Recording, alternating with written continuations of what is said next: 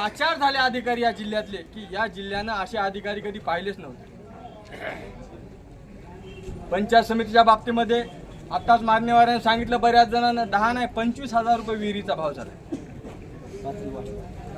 15,000 रुपये जवळपास गोठ्याचे राहिले। सरपंचाचे ते वेगळे, हे अधिकारी सांगा याला इतका मात चढला की याला एकाही पदाधिकाऱ्याची याच्यावर वचक राहिली नाही। सगळी सेटलमेंटचं राजकारण या पूर्ण जिल्ह्यामध्ये चालू आहे। अधिकारी यायला भियायला तयार नाहीत, अधिकारी यायला काय झाड समजायनात, अशी परिस्थिती निर्माण झालेली आहे। त्याचं कारण असं आहे की हे सगळेच्या सगळे 2 नंबर मध्ये व्यस्त आहेत, त्याला काही घेणं देणं राहिलं नाही। मग पोलीस खातं तसंच, तुमचं महसूल खातं तसंच, वन विभाग तर लयच गेलेला आहे, ते स्वतः सागवणी करीत, अशी परिस्थिती आहे जिल्ह्यामध्ये। मी 2 गाड्या पकडल्या, इतकं मूर्ख ते अधिकारी जिल्ह्याचं काय नाव त्याचं, 2 गाड्या फोन लावला, अरे का ट्रॅक्टर पकडले तर माल उतरून गेला, ट्रॅक्टर सोडून दे, अशी परिस्थिती आहे। म्हणजे इतके लाच गेलेले अधिकारी मी आतापर्यंत पाहिले नाही या 40 वर्षाच्या याच्यात। यायला ते आमदार खासदार मारायले, शिवाय द्यायला, तरी यायला लाज राहिली नाही, कारण की परिस्थिती।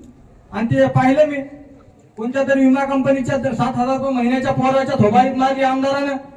हे लगेच लोक आमदार विमा देण्यासाठी मारली, मारायचे ते तेव्हा पाहुण्याच्या मार, उपजिल्हाधिकारी येते याचा विमा कंपनीचा, त्यानं क्षण खाल्ले, 15 कोटीला डील झाली, 150 कोटीची, सगळ्या जिल्ह्याला माहित आहे। तू तालुका कृषी अधिकारी यशवंत चार्ज दिला कसा, या सगळ्या गोष्टीचा विचारणं गरजेचं आहे मित्र। आणि आपण 2 केस जिंकलो, विभागातल्या दोन्ही केस आपण जिंकल्याच्या नंतर केंद्रात आपण हरलो कसे।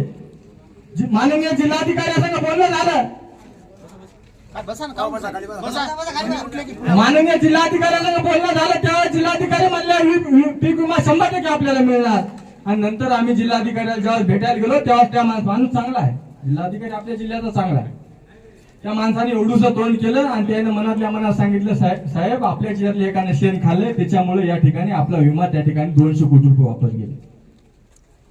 अरे 10-5 कोटी आम्ही शेतकऱ्याला मिळवून दिले असते, हिच्यातलं सुद्धा कमिशन दिलं असतं।